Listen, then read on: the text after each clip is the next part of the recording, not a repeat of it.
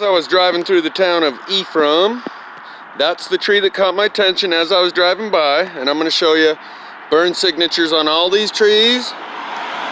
That one right there, you can see it at the bottom. I'm going to get you some close-ups. But here's the cemetery, and the Walmart is just the other side of the cemetery. There's the bank that I used to bank at, Mountain America. So anyway, if there ain't a better spot in the town to put this front and center, right? This is on display. Town center. Highly burned, 100%, zero. It burns from the inside out and from the bottom up. I've been seeing this stuff in just about every town across America that I go through. So everyone's getting a chance. And anyone who doesn't know what we're talking about, well, paradise fires, what? Plasma, huh? It's because they didn't want to know, and they chose to ignore, and they chose to look the other way. But you remember that stuff? I don't know if it's like an ancient Chinese proverbs or some old wives' tale. Something about how the earth will be cleansed by fire the second time. Kind of the way it was the first time in the flood of the days of Noah, right? Wait for that to focus so you can see the burn line. Okay, people ride their bike on by, oblivious as can be. Well, even if it is just some old wives' tale, someone wrote it on a paper somewhere, don't make it true. I could write something down on a piece of paper, that don't mean nothing. The fact that the earth being cleansed by fire now seems not only possible, but even potentially happening as we speak.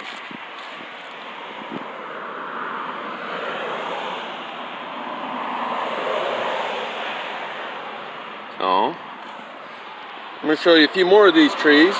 But yeah, as you can see, it's just trees. And it's always on the street side. That's one thing I will tell you. This burning is always on the street side because the conduit, the underground fiber optic cable, and the phone lines and the power lines are buried in the road on that side of the trees, not this side. So it's always the same with the telephone poles. Telephone pole, yeah, see, I'm doing the thing, but. So there's one, there's two, here's number 3, in a row, front and center on Main Street, small town, USA. There's Little Caesars down there, Little Caesars Pizza. It don't matter if he comes in focus. My point is, Little Caesars there, Walmart here, this is town square, this is center of the town. So there's no better place to put this on display than right here for everyone to see. And of course, this wasn't like the town of Paradise, California, where it's some sort of black ops. Nope, this is just for the average person to be able to see on display. You see how far in? That's about 2 fingers deep right there. This used to be curved right there. It used to be one big round surface. But the burn has dropped it in right there, an inch or 2. That's how hot it burns. When this whole thing used to come out at around, and the curvature of this wood right here continued all the way down here, but now it's concave instead of convex. I'm not sure if this really comes through, if what I'm trying to explain right now is really coming through with the visual that you can see. My point is, that burned real hot in order to burn that thick of a piece of wood that deep into the tree. And the other point is, it comes from below, it comes from the bottom up, through the roots. That first tree that we saw, I'll cruise on down, see if we can find some more. Okay, well, I've walked clear down here. There's a Subway down there. Here's the Little Caesars I was talking about. Blimpie. Bottom line, we're right in the middle of town right here. Intermountain Healthcare. It's a very small town. So everyone in this town has passed these trees every day on their way to and from work. How many of them do you think notice? 0, because they choose not to. Now I found a couple more with a little bit of the burn sign, like right there. I can see some discoloration, but I ain't gonna waste too much time, because a little further down you can see a lot of discoloration. And the way this bark is probably fallen off of, yeah, with the lighting and everything right now, I can't, I'm not sure what the camera's being able to pick up. Bottom line is, someone could walk up and say, "What you doing?" while I'm over here looking at this tree that's burned real bad. They could walk over here and say, "What you doing?" And I could say, "Oh, I'm an arborist, and this tree seems to have some sort of tree beetles or some sort of fungus, and I'm gonna just try and find a shot of tree penicillin." And they would take that as an answer rather than looking at that and going, "Beetles? That looks burned, look like come right out of a fire." They would not use their own brain and think and look for themselves and trust their own senses and say, "Beetles? Pine beetles? This ain't even a pine tree. Fungus? What kind of fungus does that?" They wouldn't even ask questions and force me to come up with some sort of BS answer. They just go, "Oh, okay, hope you find the penicillin that poor tree needs, and all the rest of them too, because it looks like that ain't the only one that needs the tree penicillin." I think these trees got some sort of pine beetle. Yeah, they need a shot of penicillin. Yeah, he said probably some sort of pine beetle. Yes, sir, fire-breathing pine beetles.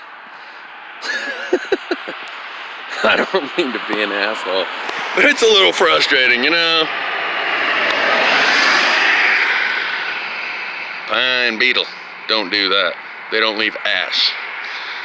Okay? Yeah, watch this. Anyway, I'll go back to that first one, because my point on that first one was that you can see it's coming up through one of the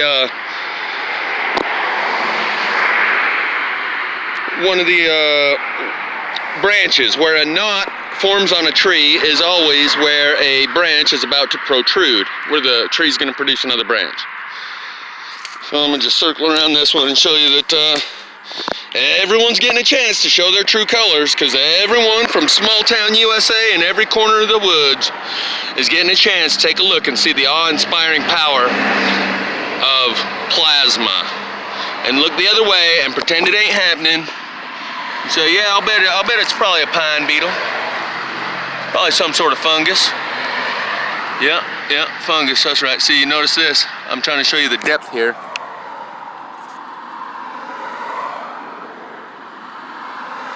And wishing the camera would focus, but it's kind of being a bit of a pain.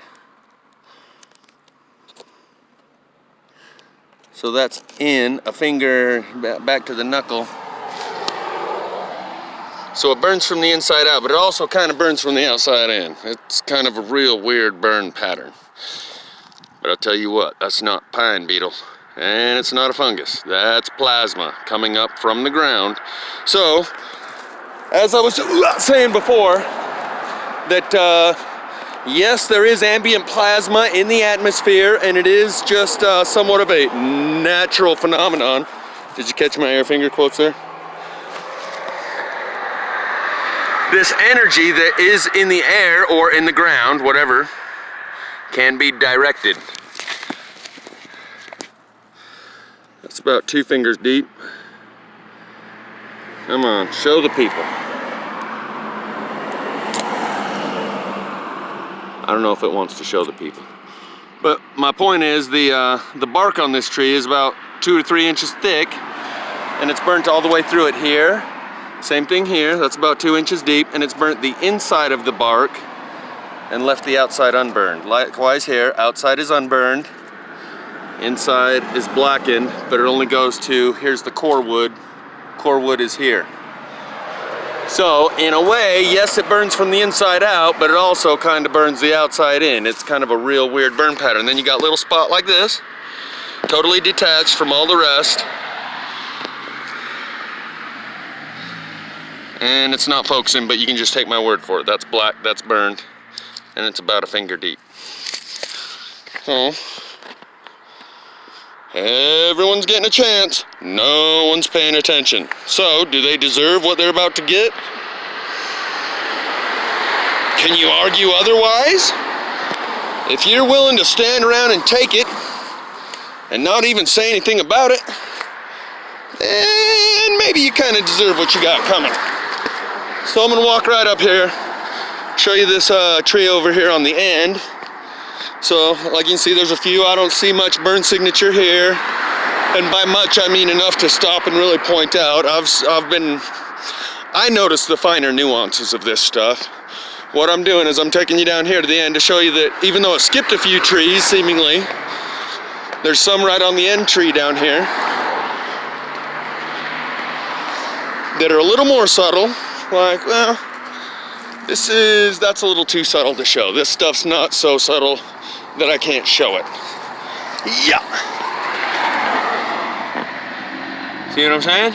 Like right here, in here, it's not so subtle. That's just plain burned. And it goes up the tree in a spotty pattern here, and here, and here.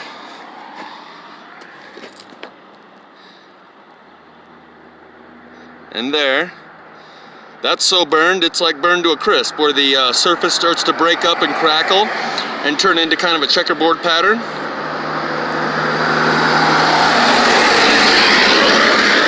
So it's not like I've just got some sort of insight other people don't have. They just care more about going about their daily affairs. And it's part of that whole cognitive dissonance, normalcy bias, confirmation bias. Ain't nothing going on, man. Everything's just like it always was. No, I'm afraid there's definitely something going on. And it's unlike anything we've ever seen in all of human history, or at least recorded human history, that we're allowed to see and hear and talk about. And it kind of parallels with that whole idea that the earth will be cleansed by fire, and maybe is getting cleansed as we speak. So you might want to go pay your fire insurance, or at least take seriously the idea that there's more to life than paying the bills and going to work and having sex and doing drugs and feeling good for the here and now, and accept that here and now is a fleeting moment, a drop in the ocean, when all of life is in one drop of the ocean, waiting to go home, just waiting to go home. And if the moon can turn the tides, it can pull the tears and take them from our eyes, make them into monsoons, turn them into sooner or later they'll weep their way back to the sea. Gonna finally be free, free for a while until they break.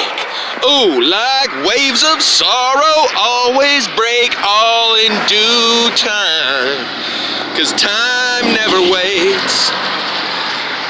Cross-cut to you, it amazed me, stumbling through the day. You said that time never waits. Do you get it? Do you see the metaphor here? But that's okay, 'cause I don't wait for time when all of life is in one drop of the ocean, waiting to go home, just waiting to go home. And if the moon can turn the tides, it can pull the tears and take them from our eyes, make them into monsoons, turn them into sooner or later they'll weep their way back to the sea. Gonna find